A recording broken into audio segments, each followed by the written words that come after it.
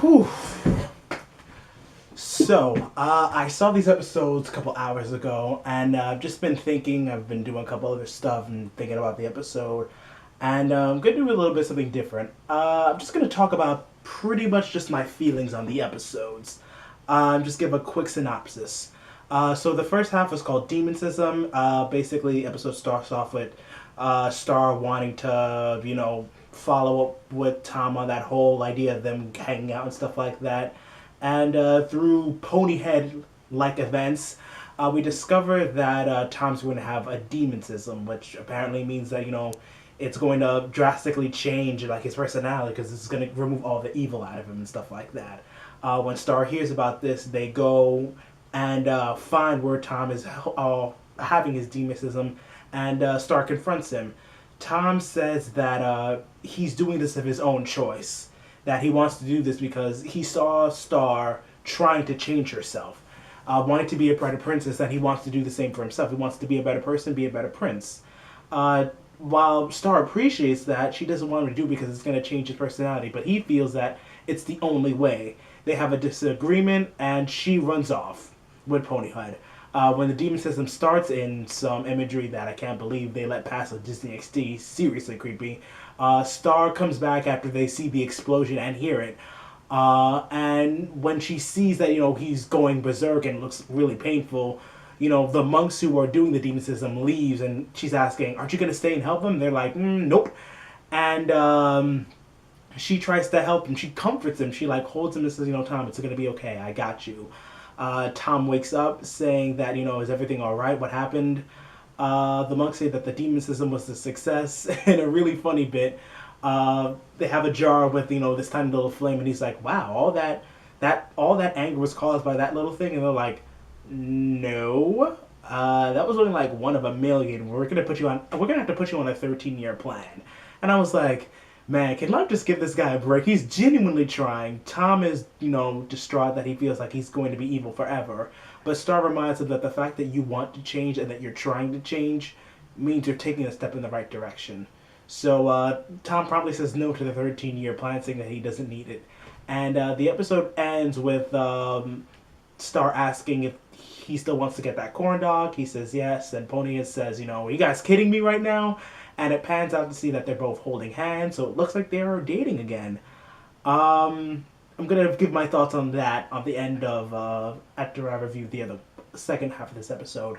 So the second half is called Sophomore Slump. It basically deals with Marco trying to adjust back to normal life on Earth after the events of Muni and just being through a lot that Star, has shown him, just being able to battle with monsters and stuff like that. So, Marco's mom sees that, he's becoming obsessed with talking about Muni. Give me a second, just getting a water.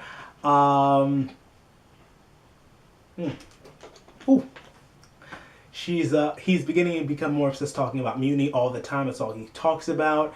And she's saying that be careful. She's basically letting him know that, be careful, that could get annoying. And he's like, no, it's not going to be annoying. He hangs out with Jana, Alfonso, and Ferguson, which, side note, I can't believe they're still, around. I'm glad. I like them as characters, so it's good to see they're back. But they get annoyed that all he talks about is Muni. His sensei gets mad that all he talks about is Muni. And even Jackie, who apparently they've been dating for 3 months now, even less because, he was away for a while. Lord knows how much time he spent on Muni after the events of Battle for Muni. Says that, yeah, you're talking about it a lot. You're so, obsessed with, what you did over the summer. You're not really asking people how they're doing, or you haven't even asked me about my summer. That's what Jackie says. I'm glad they don't make Jackie out to be, this needy person, but, she would like some, caring from her boyfriend. They are dating. Marco realizes, oh man, I get it. I've been talking about Minnie too much. I'm going to make it up to you. And he takes her on a date to the pier. Says that, go anywhere you want. Keep little part where Jackie's like, try to read my mind. And Marco, of course, like the last time, messes it up. So I thought that was adorable. They go on a date to the pier. And it's a really genuine and lovely date. They have a lot of funny moments. Jackie wins him a stuffed animal. He shares cotton candy, and the running gag of the $650 gets them an all-you-can-eat buffet. They have a funny little moment where they take a cute little lobster from their restaurant's lobster buffet and they free it. So it's just a really nice, charming moment. But unfortunately, it ends pretty bittersweetly. That's the word I was looking for.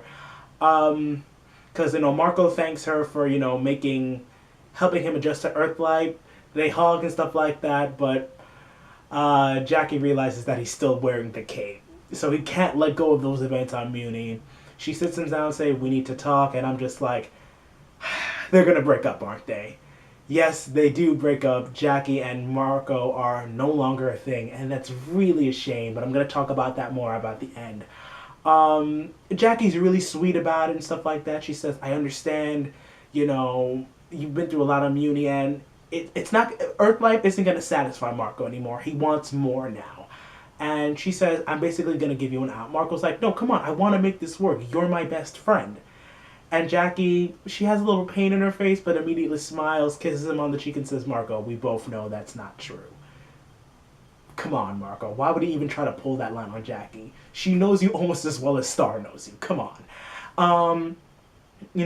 They end on good terms, and it's great and stuff. Jackie is just completely caring and understanding, and I love the fact that they made her like that. Jackie, you're an awesome character. I really hope we see more of her in season 3, because I want her to be more of a prominent character. She's awesome. This really does sadden Marco, because he did lose his dream girl. Like, that's the girl that he's wanted ever since he was a kid. But in the end, he decides that he wants to go to Muni. He wants to, by the looks of it, be a knight. He wants to take River up on his offer.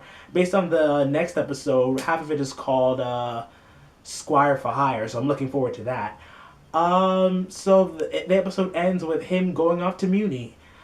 Short synopsis, but I really want to just talk about what I liked about these episodes. What I liked about Demoncism, I liked the fact that Tom is inspired by Star to be a better person. And if that's going to be the basis for their relationships and that they're dating again, I like that. I definitely am all for that. I like characters pushing each other to be better people. I'm all 100% for that. So, yes. Awesome. More of that. I am disappointed, though, that the fact that, this is really the first time we see Marco and Jackie really date. We know that they've been dating for 3 months and stuff like that based off this episode. And, it was nice for them to get along, and, they seem like a really awesome couple. But I'm just disappointed that they've broken up. A majority of season 1 and 2 was building up Marco's courage to be able to talk to Jackie, to then be able to hang out with her on a regular basis, and then finally ask her out. He got his dream girl, and now it's over. And I'm just I feel like there was so much more that they could have done with that. So yeah, that's really how I feel so far. That's how I feel about those episodes. I'm gonna give both of them 5 stars, because again, I just love the character development and growth with this. I will say this. I am a bit concerned that shipping is controlling the narrative of the story.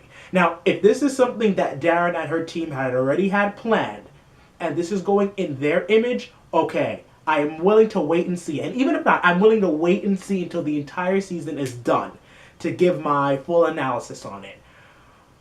But I am growing concerned that the shipping wars have been dictating the pace of this. I feel like it's been affecting some of the episodes. I've still enjoyed them. I'm just a little bit concerned. Again, if this was what Darren wanted, the creator wanted from the beginning, I'm okay with it. But if they're just doing it to appease the shippers, please don't sacrifice your show for that, because I don't think it's worth it.